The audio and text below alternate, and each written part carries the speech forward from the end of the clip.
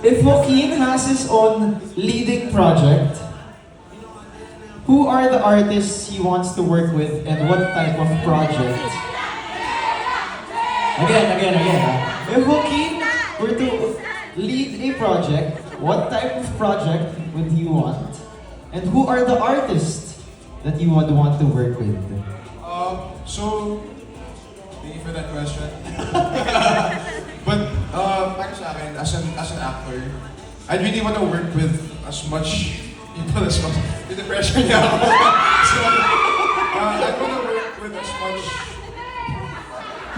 Pwede natin ba sagutin nila? I want to work with as much actors as possible. Kasi, different actors, different experiences, you know.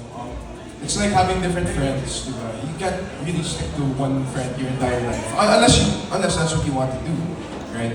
Pero as an actor talaga, gusto ko talaga makatrabaho lahat. Kasi iba talaga yung style ng lahat, yung acting style ng lahat. There's so much you can learn from everybody. But yeah, I guess I'd want to work with, fellow housemates. Nela, sila Anton, sila Marco, sila Crystal, they're all amazing actors and actresses. Like, from being with them sa loob ng bahay, lahat ng mga acting tasks namin, napaka-professional sila. And of course, yung mga legends, like sila Ate Nadine, Tito Piolo. I want to work with everybody. So, I'm open to everybody. What type of project? Lahat. Gusto ko lahat din. Like rom-com, drama, action.